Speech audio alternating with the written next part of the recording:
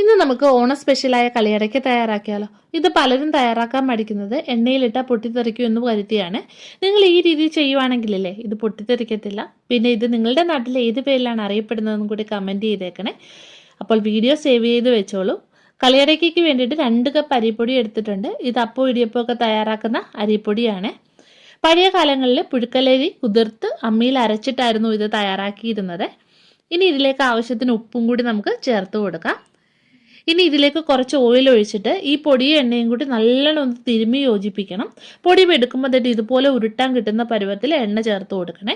ഇങ്ങനെ ചെയ്യുമ്പോഴേ നമ്മൾ കളിയടയ്ക്ക പൊട്ടിത്തെറിക്കത്തുമില്ല, നല്ല ക്രിസ്പിയായി കിട്ടുകയും ചെയ്യും.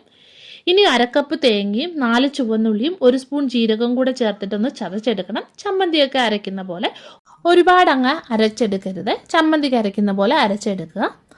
ഇനി ഈ തേങ്ങയും അരിപ്പൊടിയും കൂടെ നല്ലോണം ഒന്ന് യോജിപ്പിച്ചെടുക്കണം. ഇനി ചൂടുവെള്ളം ഒഴിച്ചിട്ട് കുഴച്ചെടുക്കാം. ഇടിയപ്പത്തിന് കുഴയ്ക്കുന്ന പോലെ കുഴച്ചെടുക്കുക. അപ്പോൾ ഇത് കുഴച്ചെടുത്തിട്ടുണ്ട്. ഇനി ചെറിയ ചെറിയ ഉരുളകളാക്കിയിട്ട് എടുക്കാം. കയ്യിൽ എണ്ണ തടവിയിട്ട് ഉരുട്ടിയെടുക്കുക. ഇനി ഇത് നമുക്ക് വറുത്തെടുക്കാം. അതിനായിട്ട് എണ്ണ ചൂടായി വന്നിട്ടുണ്ട്. ഇതിലേക്ക് ഇട്ട് കൊടുക്കാം. ഫ്ലെയിം കുറച്ചിട്ടിട്ട് വേണം വറുത്തെടുക്കാൻ വേണ്ടിയിട്ട്.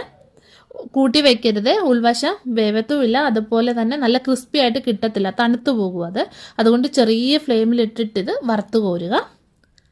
അപ്പോൾ കളിയടയ്ക്ക എല്ലാം വറുത്ത് എടുത്തിട്ടുണ്ട്. നല്ല ടേസ്റ്റി ആയിട്ടുള്ള ഒരു റെസിപ്പിയാണ്. ട്രൈ ചെയ്ത് നോക്കുക കേട്ടോ. എന്നിട്ട് നിങ്ങളുടെ ഫീഡ്ബാക്ക് കമൻറ്റ് ചെയ്ത് അറിയിക്കുക. ഫോളോ ചെയ്യാത്തവരാണെങ്കിൽ ഒന്ന് ഫോളോയും കൂടെ ചെയ്തേക്കണേ.